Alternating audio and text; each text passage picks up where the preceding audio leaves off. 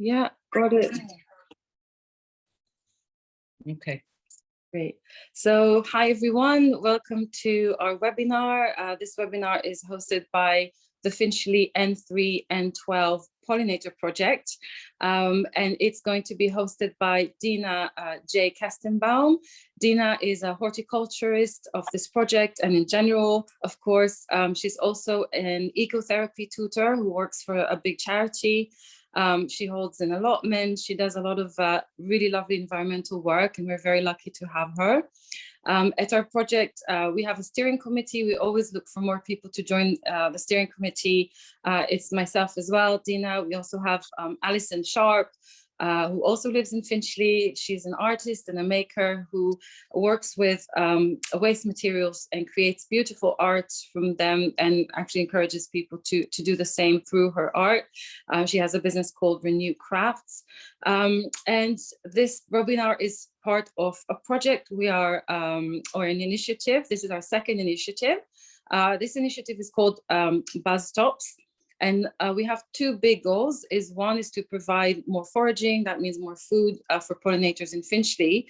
But the second goal, and not necessarily less important, is to bring the community together. And the way we thought we can do it is by using the funding that we got from Waitrose to pay local residents to grow wildflower from seeds for this project. And then those flowers that are grown here locally, here in Finchley, will be planted in community spaces around Finchley. We have 19 places that have signed up. So that's really, really exciting for all of us, and there's a lot of work to be done. After this webinar that will be recorded and then uploaded to our YouTube channel, I will send an email with a link to the recording, as well as a link to our event calendar, which is updated regularly. And if you're local, we really hope to see you in one of our open planting events. We also have a pollinator party in June. So we are going to be very, very busy. So this webinar specifically is aimed at providing some gardening skills to our local community and beyond, because we really do believe that gardening can save the planet, whether you are increasing biodiversity through your gardening efforts or growing fruit and veg, and thus reducing pollution and plastic pollution as well. So we hope you enjoy it, and we will leave time for questions at the end. We will again ask everyone to put themselves on mute, so we don't have coughs and things like that. So please check that you're on mute. And other than that, I will let Dina start. So thank you very much to Dina and for everyone for joining. Okay, thank you so much for the introduction, Shiri, and setting out the background. It is a real pleasure to be standing here, being given the opportunity to talk about my favorite subject, which is planting, gardening, growing on every and any level. And I think that one of the things that I would like you to keep in mind as I kind of demonstrate and talk about processes of seed sowing and stuff is the kind of awe and wonder that the natural process really should be eliciting in all of us. And so I'm going to just show you a single seed. So here we go. I hope that you can see it. You see in my hand. Mm-hmm. Yeah, right? A seed. I've chosen a sweet pea seed because this is something that's kind of visible. You take something like poppy seeds and they're like grains of dust. You can't see them at all. So this is a relatively large seed. You get them far, far, far smaller than this. The most extraordinary thing to think about is in this little capsule here, which will lie dormant in the ground, can lie dormant in the ground all winter, you have the entire design process in here for not only the plant that's held within this little seed, but for generations and generations to come. So this seed is holding within it the embryo root system, the embryo stem system, the leaves, the flower system, all in this little thing here. Now, I'm going to kind of just set out what I'm going to do so you know what to expect as I'm chatting away. I want to talk a little bit about seeds. I'm going to demonstrate seed sowing. I'm going to be kind of really basic, start from the absolute basics, taking as my premise that some of you may be new to this, so that after this talk, this conversation, that you will feel empowered enough to go and do it yourself.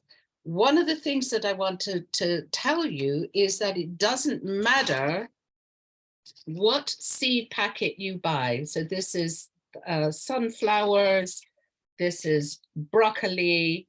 I hope you can see it well enough. This is coriander.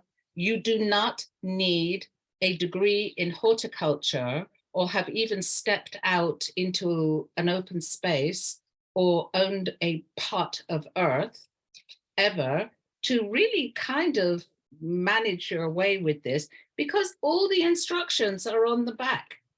Each package will tell you when to sow, where to sow, how long to keep a pot inside, whether you should sow outside. The word sow refers to putting a seed into some soil, into a growing material. So as I say, this will have the instructions on it. And if you don't feel comfortable, you're anxious, I can tell you that the most instructive gardener's question time I ever heard in my life was at the end of a show with the UK's finest garden designers and horticulturalists and plants people. And somebody from the audience asked a question: have you ever lost a plant? And the entire panel started talking about the hundreds of plants and seeds and cuttings that they had sown and planted over the years and done everything according to the textbook, and the thing dies. Whether it's a seed that doesn't germinate, it's a cutting that doesn't develop roots, it's a plant that goes into the ground and just turns up its leaves and dies. And I think that the takeaway from this is don't be afraid to try. Just try, because the worst thing that can happen is that £1.75 pence worth of seed won't germinate. So don't be fearful. Just do it. So what is happening to this seed? You have a very hard seed coating here that is keeping the entire mechanism inside this capsule dry and warm. What the three things that this little creature needs in order to kickstart it into growth are the following. It needs to be in an environment where there is enough air around it, because the plant will be extracting carbon dioxide from the environment. That's one thing it needs. It needs enough heat. This time of year, when the weather is not cold, is not warm enough, I would highly recommend that you keep your seeds in pots indoors on a fairly sunny windowsill, because the heat, the energy from the sun is the power mechanism that powers the process that will burst this thing into life. And it needs moisture, it needs water. And those are the three things that it needs. And obviously then a growing medium. I mean, they're not, it's not going to germinate in your hand, it's going to germinate in the growing medium. And when I use the word germinate, that is the horticultural term that describes that process of the pow moment, when the seed bursts out of its capsule and starts to send roots down into the ground and leaves up to the top, and then eventually a flower. The flower flowers. As it dies back, it sets seeds. So for example, we all know what an apple looks like. I think many of us possibly know what an apple blossom looks like, because it's the same family as cherry blossom, all these blossoms that we see now. As the flower dies back, you will see an embryonic fruit growing in there, and inside the fruit are the seeds, and that is the next generation. And on and on and on and on it goes. So I'm going to demonstrate now how we are going to sow seeds. I then want to go onward from that and talk a little bit about what happens. What do you do when your seeds have put out leaves and they're kind of growing out of their little pot? They need moving on.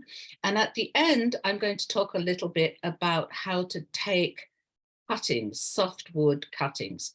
So, and then I'm going to leave definitely some time for questions. I hope that I will be clear enough that you will be able to follow the processes. If I'm not, then just ask me questions at the end. So let's talk about the growing medium. I have got here, let me just put this down so you can see. I prepared a little bit, I feel like I'm in Blue Peter. This is rather wonderful, my favorite child program. It's a growing medium that's made of seed compost, and into it I've added something that is called vermiculite. Now, vermiculite is a mineral, let me get some in my hand here, that is mined. Originally, this was actually made of volcanic material. So it's kind of hardened lava that would be pounded down. Now you can either get it synthetic, or it is a byproduct of mining of silica and other things. The reason why, and it's not 1,000%, you don't absolutely need to put this into your compost. However, if you're going to go through all of this procedure, why not do everything you can to ensure a good outcome, so that you get you make the seed as comfortable as possible. You give it every opportunity to do what it is programmed to do, which is to burst forth and to start developing. The purpose of adding vermiculite to the soil is that it is somewhat water retentive. Seeds tend to dry out very quickly, and young germinated seedlings dry out very fast. This will retain moisture, and the other thing it does is to create a little bit more air within the compost, within the soil. Interestingly, this is something that I think many of us are probably not aware of. There is a difference in the kinds of compost that you can buy in garden centers. So you may see a bag of compost that has got seed compost, and then you have got compost for newly germinated seedlings, and then a different kind of compost for actually planting out in the soil. Now, this isn't just a marketing ploy. There is a rationale behind it, in that a seed has all the nutrients that it needs within the first weeks, as it first germinates, and therefore you need a very nutrient light soil. If you're sowing seeds in compost that is highly nutritious, with a high percentages of potassium, of nitrogen, of these elements that will kickstart or increase all sorts of development of like flowers and leaves and roots and stuff, actually it will inhibit the germination of the seed. And therefore you go for something that has got hardly any nutrients in it because it's not required. Once you've got seedlings that have germinated to around this size, and I will show you later how we're going to pot this up a bit more, then this requires more nutrients in the soil. I don't have an example of it here, but the first 2 leaves that come out from a newly germinated plant are these kind of oval shaped elliptical leaves that are quite fat. Can't think of another horticultural term. Fat is a very good explanation for it. These 2 are not what are called the true leaves. It's called they're called cotyledons, and they're like picnic baskets for the plant. It's got in those leaves everything that this little seedling needs to get going, get the roots down into the soil, get a stem upward. And at that point, these first leaves will die back. The true leaves will then emerge. And then the miracle, the magic of photosynthesis starts, which is this harnessing of carbon dioxide, energy from the sun, water, to create its own food source, which are sugars and starches, which is kind of miraculous, So it is important when you have your seed, your sowing material, right, this compost, that there's no lumps or bumps in it. And I am now going to use my favorite word in the English language, which is the word tilth. Fabulous word, tilth. And what tilth refers to is the texture of the soil. And what we want is a very, very fine texture, because if you think about the size of the new seedling, right, the teeny little hair-like structures, and I'm going to show you, I'm going to take out just one. God, this is so sweet. So here, can you see? This is a root, the root hairs. You can see what a delicate structure, you know, this skinny, fragile little root hair that needs to penetrate its way through the soil. And if we put it into great lumps and clumps of soil, it's not going to be able to make its way through. So again, you want to set up an environment that will invite this seed to do the best it can.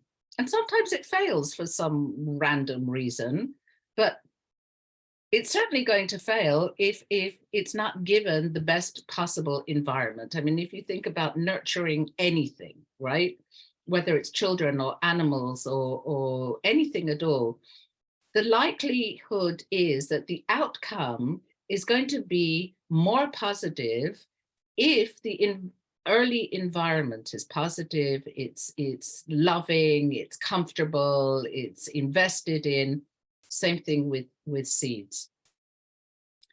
So what we are going to, there are numbers of different ways of sowing seeds. I've got 2, here we go. So these are 9-centimeter pots, right, in which you can put numbers of seeds in. This is also another example of a seed tray where you've got each of these is called a module. And this is pretty good if you've got quite big seeds like sunflowers or these sweet peas, which you can actually hold in your hand and place in here. And then the other method is a seed tray, which is pretty useful when you've got really, really minuscule seeds that you're just going to kind of scatter broadcast the way you would sprinkle salt onto a plate. Having said that, you don't need to buy any of these things. I mean, if any of you are eating yogurt or cottage cheese or buying anything that comes in plastic, like a plastic box, you just need to stab a few holes in the bottom so that the water can run away, so that you don't get waterlogging. And you can definitely use those. Another method is if you've got a plastic water bottle, cutting it in half, poking some holes at the bottom of it, and you can use, so let's say if you have something like this, right? Scoring it in half, so that you've got two halves, and then poke holes so that, again, that water can run off. I mean, I happen to have all this equipment because this is my job and this is my hobby. And over the years, I've just accumulated a lot. But as I say, there are ways of doing this without too much expenditure. If you're somebody who thinks that, you know what, I think this is something that I'm really going to like and probably do every year, then it's worthwhile making an investment, and then you have the equipment, but you know, it's not absolutely necessary. The other funny thing is I'm actually putting plastic gloves on because I have to admit, despite the fact that both my professional life and my personal life sees my hands in the soil an awful lot, I actually hate my hands getting dirty. So I always have something covering them. So I think that I'm going to start with a pot, just because it's the easiest thing to demonstrate to you.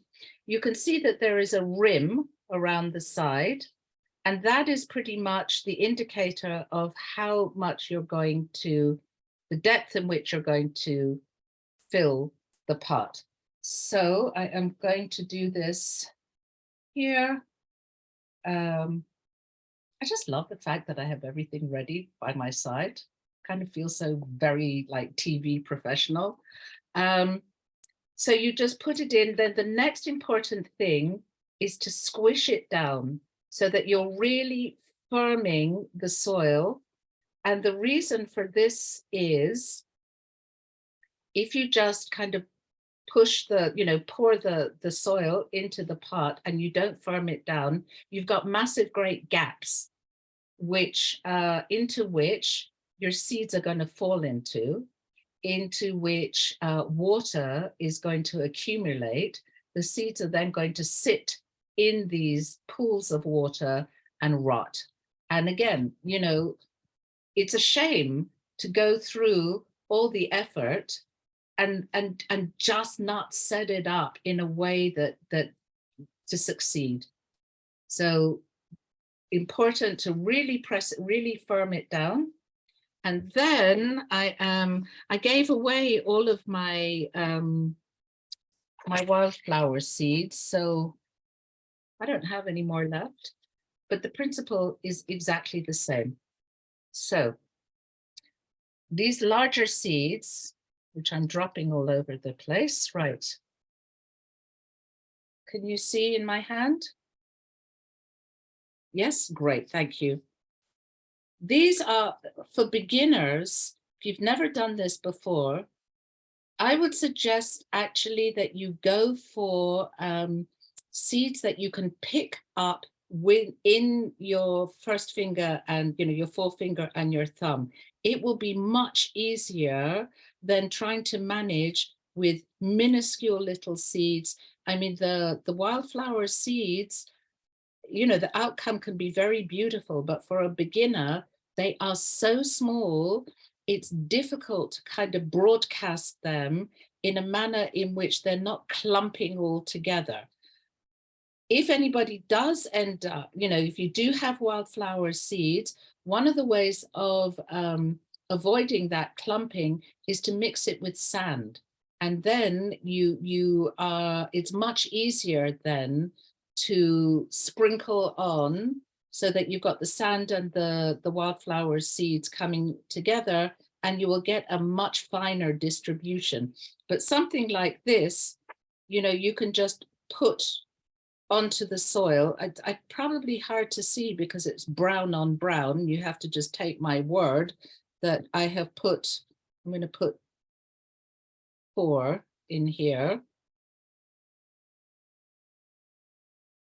Like this. I don't know if you can see it. It's, as I say, it's quite camouflaged, so that's quite hard to see. And then a thin sprinkle of soil on top. And again, really important to press down, really firmly press down. Now, it's always a good idea to check the seed package, because the seed package will give you a multitude of information. Here and there are some seeds and chili peppers. The pepper family is one of them that don't require being covered with soil, that they will germinate in the light. The majority of seeds need dark to germinate. And how do you know this? You read the seed packet and it will tell you. So once you have got this nicely firmed down, the next thing to do is label it. You can either buy labels and write on it, and it's a good idea to put the date on as well. The reason why the date is important is that if you're doing masses of these, you really can't remember, first of all, what you've sown where, because all the pots look the same. And I have had this in the past before, where I've sown a bunch of different seeds and I think, oh, I'll remember what's in here and what's in here and what's in here. And I come back 3 days later and I have no idea. So you have to wait until you can recognize a plant.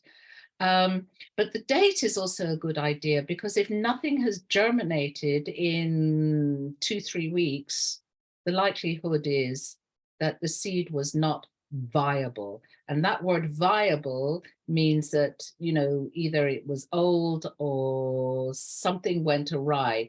So you're not waiting, in hope for 6 weeks for something that's not going to happen. The last thing that's really important to do is water. Now, I have got here somewhere, hold on one second. Here is a proprietary watering can with a very, very tiny hole here. However tiny this hole is, it's too big for sowing seed, for watering seeds.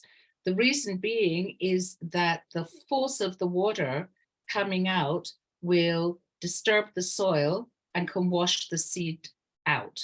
And so what I tend to do with, you can buy watering cans with a attachment called a rose at the top of it, which has got lots and lots of tiny, tiny little holes that will diffuse and disperse the water. But again, you don't have to buy this stuff. What I tend to do is just with a bottle of water, let it, hang on, let me show you. Let it just kind of dribble through my fingers like this. There you go, and that's enough. Now, in terms of how often should you keep it watered, very easy. You just do the finger test, and the finger test is put your finger on the surface of the soil and it feels dry, water it. If it still feels damp, don't water it. The majority of seedlings, seeds, outdoor plants, indoor plants die because of overwatering rather than underwatering. Actually, overwatering drowns the roots. And once the roots are unable to access oxygen in the ground, it dies, you know, it drowns. It is the same principle filling a seed tray like this, exactly the same principle. So I am going to again, won't fill the whole tray, I'll do half.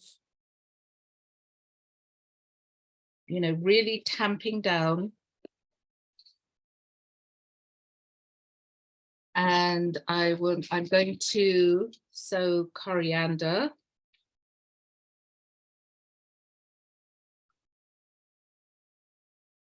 Okay, and these are also quite nice size seeds.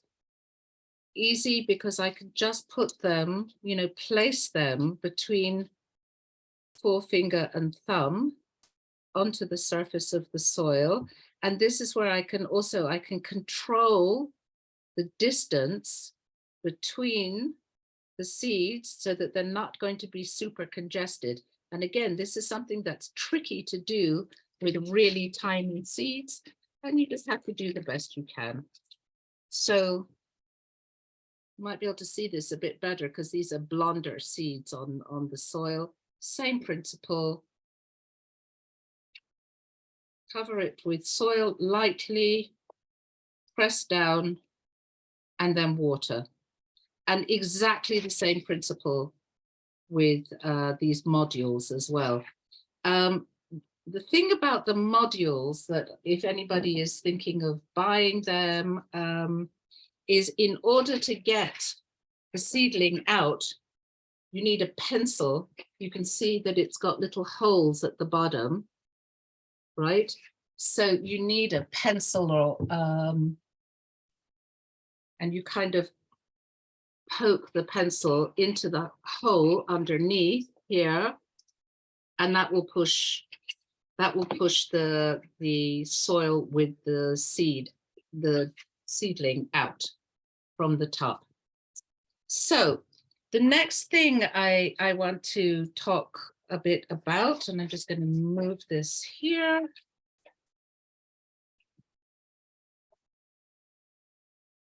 I know what else I wanted to talk to you. Hang on one second. If you're doing this outside, you don't have enough space anywhere inside. And if you've got an outside space that you can do it, it is not warm enough yet to just leave seeds outside to germinate. The nights are too cold. So there are numbers of ways that you can keep your little seeds warm. One of them is this, and again, this is something that you can buy. It's a plastic cover that fits kind of quite tidily on your seed tray. What I also use is that if I ever come across like a pane of glass, you know what's fabulous, if you ever are changing your refrigerator, take all of the glass shelves out of your fridge and use those, and you can put those on top of whether it's, you know, it's pots or your seed trays or modules, and that again keeps the heat in. The other thing that you can also do, you have a plastic bag like this, just cover it simply like this.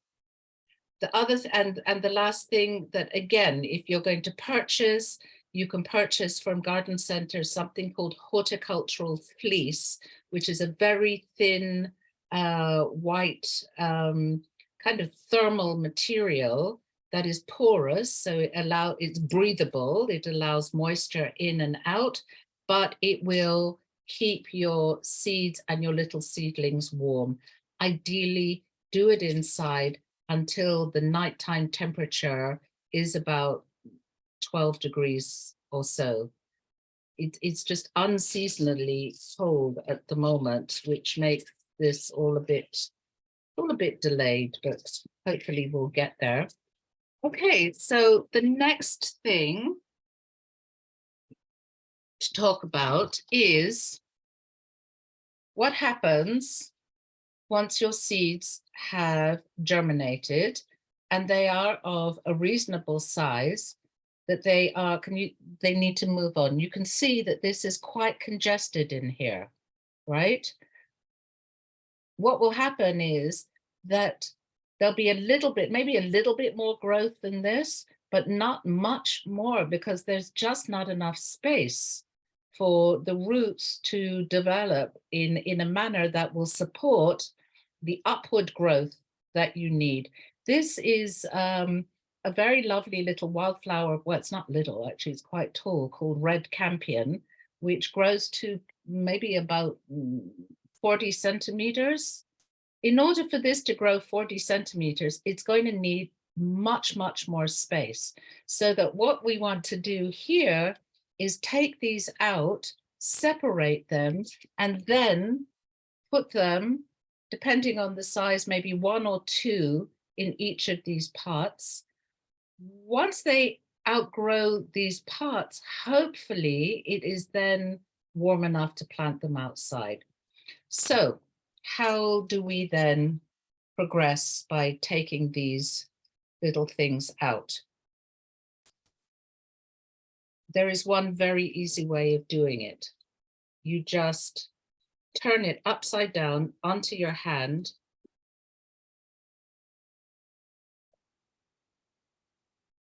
Okay, let me move my laptop so that you can see. Hold on one sec.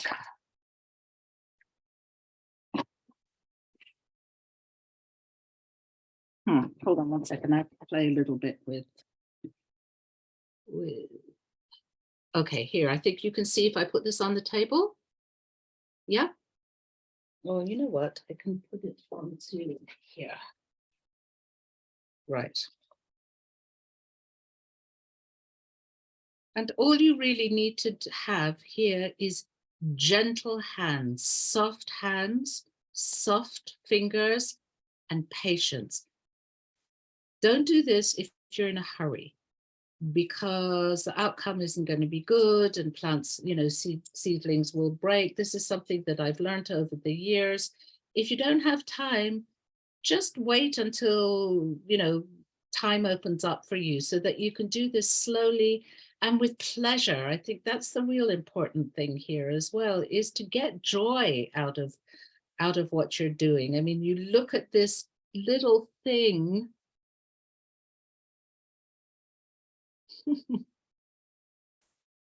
So look here, can you see this teeny creature, right? With this very fragile little root hairs. You're handling a baby. And so you wanted to handle this baby as gently and as lovingly as you can. Now you can see, I hope that you can see here, I was talking about, these are the first, hang on, let's get a pencil so I can do some good pointing for you. So we have the first leaves here called the cotyledon that are providing all the nutrients. And now we've got the true leaves here that soon will be photosynthesizing. So take one of these in your hand, gently, gently, but don't be frightened. And what you need to do is, with a pencil, pencils are very, very useful in the potting on process, because you're going to poke a hole with your pencil into the soil. Oh, this is so funny. There are a bunch of wood lice walking around here. Okay. So that you've got a little hole there. And you are going to very gently thread in this baby root into the hole, and then pinch the soil around the leaves. And there you go.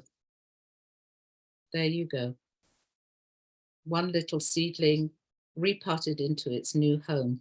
Now, this is a teeny thing, and so we probably have space for probably 2 more here.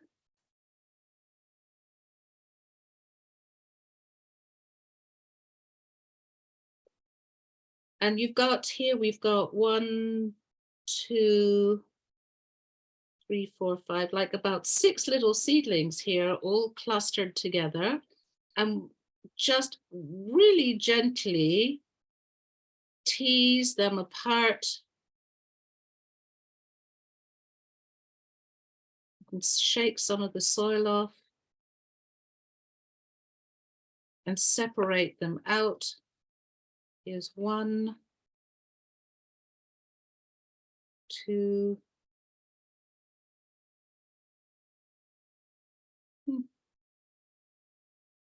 Wow.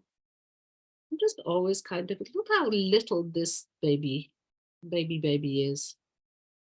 And you think this is going to grow into a 40-centimeter robust plant with a bright pink flower that insects love. So again, poke a hole. And the depth that you're going to poke really is going to reflect the length of your root hair here. You don't want to plant it in so that half the root is exposed, because that will die. You don't want to plant it so deeply that you're covering the leaves, because it will die. It's about, it's the Goldilocks theory. Just right. Just right. Not too deep, not too shallow. You want to get the surface of the soil exactly even with the bottom of the stem. And you know what? This might look tricky. Maybe it doesn't look tricky. Practice. The most difficult things become easy with practice. And just try, as I said, what's the worst thing that can happen? The plants break, they tear, doesn't work out that well. It's okay. You start again. And each time you'll get better at it. So this is what's called potting on. And when the plants get to be, it's funny that you've got some that are much bigger. So here's quite a robust creature here, right?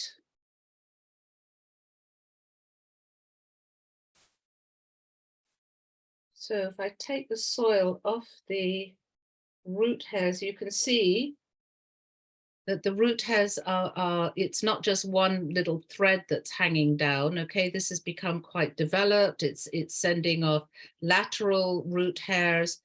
We've got a thickening of the stem here. We've got numbers of leaves. This really, I would say probably a couple of weeks, would be ready to plant out. And that's something that we can talk about another time. Okay, I'm just a bit mindful of the time. So the last thing that I want to talk about briefly is taking cuttings. Now, what's amazing is that every plant, and I've got a selection here. So this is hydrangea, we've got lavender, we have sage, I've got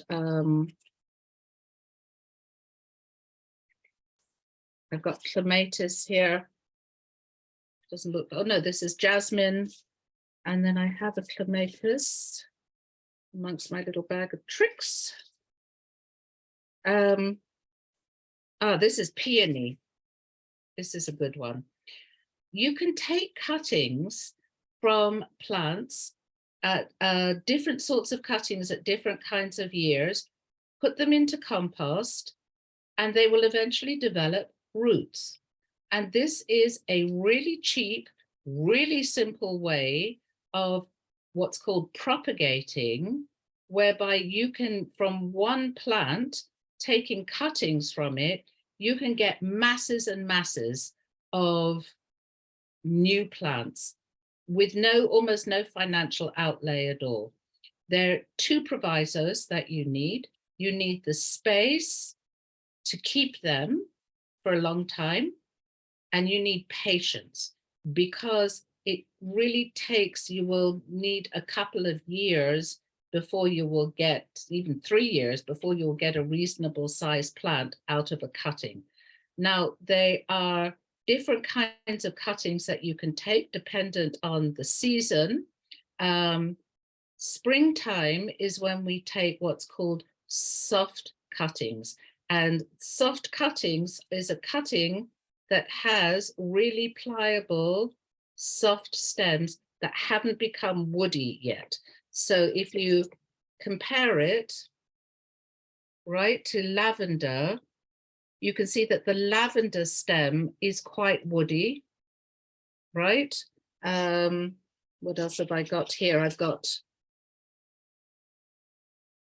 this is camellia, also very woody stem. Woody cutting, either semi-woody or very woody, you will take at the end of the summer or in the autumn, and it's very possible that I'll do another webinar on that. So I don't want to actually talk too much about that. What I want to talk about is how to take a cutting from softwood. So anything that's soft, that's growing now, what we call herbaceous perennials. So these are plants that are coming back year on year on year on year, and are not shrubs. They don't have woody stems, right? They're soft. So things like oxeye daisies, any kind of, what else is coming out now? Solomon seal, bleeding heart, lots of these kind of things. What you can do is cut.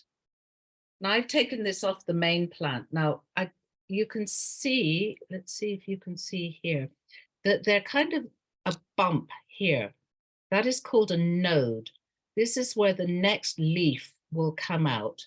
And you want to make the cut, the diagonal cut, just under the node.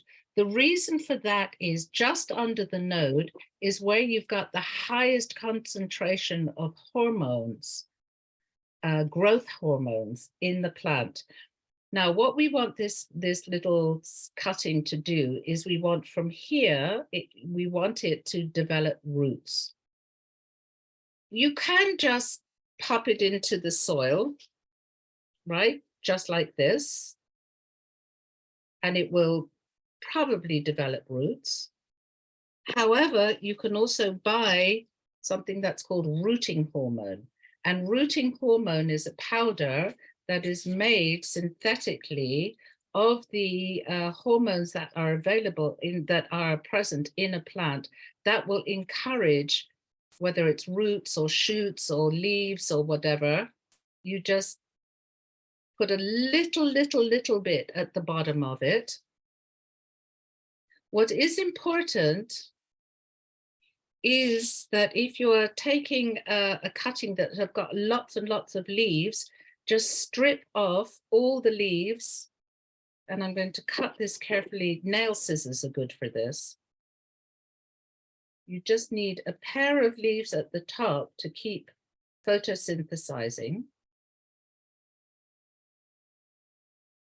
Again, get your trusty pencil. Pencils are a wonderful aid in the whole planting process. Stick a hole in.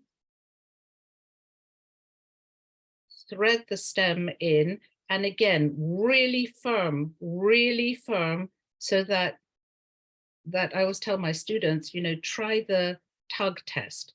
Give it a gentle tug, and if it doesn't come out, you know that it's firmly, it's firmed in sufficiently.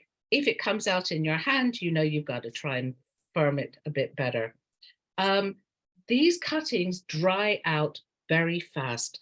One of the ways, there is a way of kind of making sure that more moisture is surrounding the plant, is through putting a little kind of plastic tent over it like this.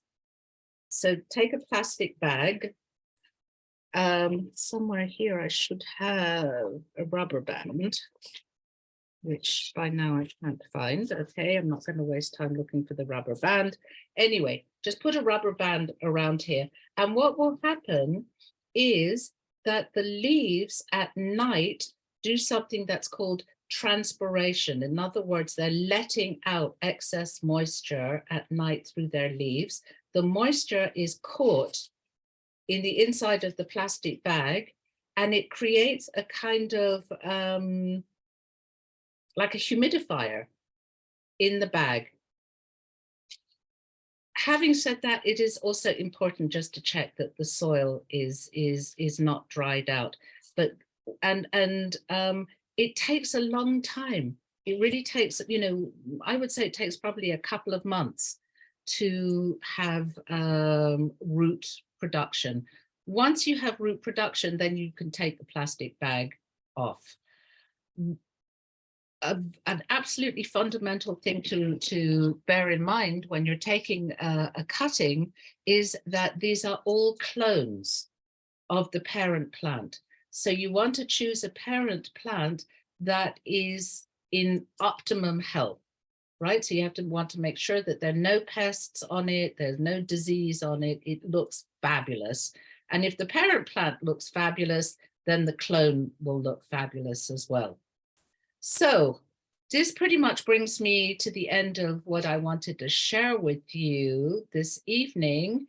And if anybody has questions, perhaps you would just like to use the icon at the bottom and raise your hand, and I'm really glad to answer questions. I also hope I can answer questions. So the floor is yours. And if nobody has questions, this is completely excellent, because it suggests that I have been clear enough and given you enough that you can understand. Shiri. Thank you so much, Dina. Can I ask, when we add the vermiculite, what is the proportion of that to the soil? That's a really good question. Probably like a sixth of the soil should be vermiculite. You don't need very much. So for example, in a container like this is half full. I probably put 2 handfuls in. Okay, great. What do you think about the size of the seed compared to the depth of where you sow the seed? That's a great question. So what you will do is fill, whether it's a yogurt pot or a seed tray, fill it, I would say almost the size of it. Like, let's say a courgette is quite a big one, so that sort of size, you can do that kind of depth down. With their very, very tiny little seeds, you sow them closer to the surface. Is that correct? Exactly. I don't know how you see it, but yeah, that's what I remember. Yeah, I mean, most seeds don't need very much. I mean, you know, you would put just a thin covering, like a, you know, a summer sheet. Don't put a lot in. They just need darkness to germinate. Okay. Yeah, that's most of them. Some of the much bigger seeds. So you know, haven't really focused on vegetable planting, but beans, peas, the corn that's much bigger, that will go a little bit deeper. But again, the seed packet will give you a multiple of information. Shiri. Thank you. So 2 questions. We have a question from Mrs. Clark about, she just had her peony started to shoot up. So when is a good time to take cuttings? Now. And now, okay, that was great. Do you have any tips when it comes to pollinators in mind? Anything that we need to pay a specific attention when we plant our young plants in the ground for the pollinators? Can we think like pollinators? Is there something that they would like specifically? Thank you. That's and Simone, thank you for your question. I didn't acknowledge that that was a really great question for everybody. Yeah, that's really great question as well. I listened to a very interesting talk, Shiri, you and I listened to it. And also I used to be a beekeeper until I developed massive anaphylactic shock and went through a year of training.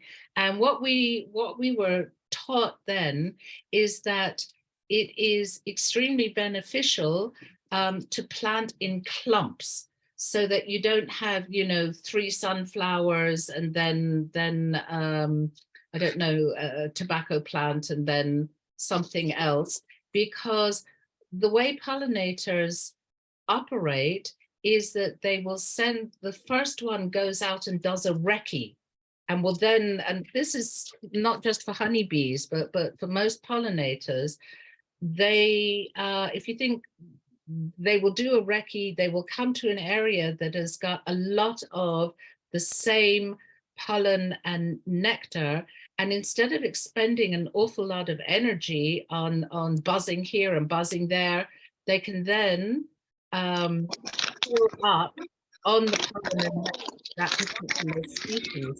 You do have there is a symbiotic relationship between particular plants, flowers, and particular insects. Insects are going to need to conserve energy as much as possible, so that if you can plant in clumps, you're going to benefit them tremendously. The other thing is that if you're buying seeds or plants, don't go for the hybrids, which are enormously cultivated, very interesting colors, shapes, designs, but these, in order to get to these very, very exotic looking cultivars or you know, option, all of the pollination part of that plant has been bred out. So it has, it's very beautiful from an ornamental point of view, but it's not going to benefit a single insect or a bug. Yeah. And also the ones that are very tightly knitted as well, these new ones where they're multi-headed and then they can't get inside to the That's pollen. exactly. Yeah. So these are things that are, you know, things to think about. Sorry, Jude, if you can hear us, if you can please mute your account. Thank you. Okay, I think there was another question in the chat box, wasn't there? Let's have a look. Oh, there's a lot of interference coming. The question is, for wildflower seeds, can you overseed a lawn, or would you do this directly in the soil on a blank piece of ground? Now that's interesting. The thing with grass is, and I actually just read the most fascinating article about it, grass is one of the most successful plants on planet Earth, and they can outgrow and outcompete almost anything else. And therefore, if you want to have a wildflower lawn, the best way of doing this, if you've already got grass there, is to actually buy plug plants and then dig out a circle out of the lawn and put your plug plant in there and wait until it's really developed, until you will allow the grass to grow back. The other thing is that you let it all go to seed. Scarify your lawn in the autumn, which means getting a rake and just raking to open up the soil and let the seed kind of establish in the soil. It is a lot of work, and generally, if you want a wildflower lawn, you need to have specific grass seed that is less robust. You can buy, you know, lengths of wildflower turf, and the kind of grass in that wildflower turf is of a different species than you will get on a utility lawn, which is in most of our backyards, where, you know, you've got kids playing football and dogs running up and down. It's quite high maintenance. It's quite high maintenance. But again, worth a try. I mean, I think, Shiri, you sprinkled red clover on your lawn, and it's been quite successful, hasn't it? Yes, but I've done what you said. I've scarified. So I've removed lots of my grass to open up some bare patches of soil, and it's only then that I've scattered the red clover seeds, and I've done it in autumn to give, rather than in spring, to give it a bit more time. And another thing I've done is the red clover seeds are quite hardy, so I've sort of like, I've put them in a jar. I closed with a few stones. I then closed the lid and I gave it a good shake, just to, again, give a little scar to the seeds, so they have a bit of opening. I don't know if that's the best way, but I just went to the internet and tried to get some. I didn't have Dina then, so I just tried to get some tips on how to do it. But I do have a lot of red clover coming in, and it looks lovely, and hopefully it will blossom soon. I don't have any young kids who need to play on the lawn at the moment. My kids are a bit more grown up, and I need to convince them to go out. So we'll see how it goes. There was a question about lilies and having been decimated by bugs. Now, actually, it wasn't ladybirds that killed them. It is something called a vine weevil that that killed them. They are a similar color. They're red, but the vine weevils are longer, kind of skinnier than ladybirds. Ladybirds are fantastic in the garden because they are huge predators of aphids, the little green fly that cluster all over lots of plants, particularly soft this time of year, you know, the soft, lush growth. So the vine weevils, the only way of getting rid of them is just by plucking them off and killing them. Sorry. But that's the only way that you are going to be able to protect your lilies. The other thing I would suggest that is that you change the soil around the lilies, because probably the vine weevils have laid eggs in the soil around the plant. And so if you change the soil, you're going to get rid of last year's eggs, and see how that goes. I hope that will help you and your plants. Can I ask just a question about, you know, with so we're going off here on vegetables. Okay. I just like growing vegetables. So I just wanted to know if that, because we have blight problem here in England, and if I had a blight problem from the year before, is there something that will be in the soil that will then interact with this year? Try and get rid of as much of the surrounding soil as possible. It's not like in the winter it kind of kills it off, and then it will actually going to be permeating into the soil, and we'll have to. Oh wow! Are you talking about tomatoes or potatoes? Oh, tomatoes. I mean, they're big family. Oh, last year was a disaster, wasn't it? Tomatoes. I mean, what is suggested always is not to grow the same thing in the same place year on year, exactly for that reason. Have you tried growing them in pots? And, you know, big pots can be really successful. Yeah, no, I was just wondering if it does stay dormant and then it kind of can reappear, or it just get, oh wow, it's not deserved. Okay. Yeah. Thank you. Yeah, it was terrible last year, wasn't it? I can't remember if it was last year or the year before, but they just, it was very wet, I think 2 years ago, and then I think it was, anyway, whatever. It's so disappointing, isn't it? Yeah, when that happens. Yeah, it's always sort of September time where things get. Well, that too. Okay. Thank you. You're very welcome indeed.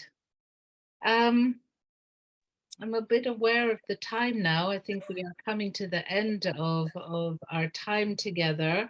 I'd really like to thank everybody who participated, who I hope that I have given you the confidence just to go and try this by yourself. And the takeaway message that I hope I will be able to give you is just keep doing it. And, you know, if it doesn't work out the first time, don't be disheartened. You know, nobody gets good at anything without trying. Don't be fearful. Don't be afraid. Nothing terrible can happen.